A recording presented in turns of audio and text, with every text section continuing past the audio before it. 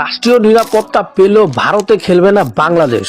BCB এখনো তাদের অবস্থান অটল এবং শেষ পর্যন্ত অটল থাকবেই বলেই দৃঢ় প্রতিজ্ঞা।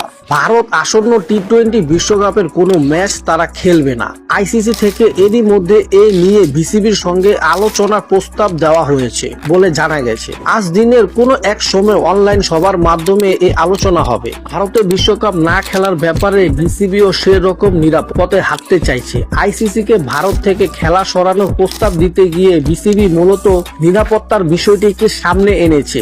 বাংলাদেশের সরকার মনে করছে ভারতে বাংলাদেশের দলের খেলোয়াড়, কর্মকর্তা এবং সংশ্লিষ্ট অন্যেরা নিরাপদ নন। এ অবস্থায় সরকারের নির্দেশনা বিশ্বকাপ উপলক্ষে বাংলাদেশের দল যেন ভারতে সফর না করে, বাংলাদেশের ম্যাচগুলো যেন অন্য কোনো দেশে সরিয়ে নেওয়া হয়।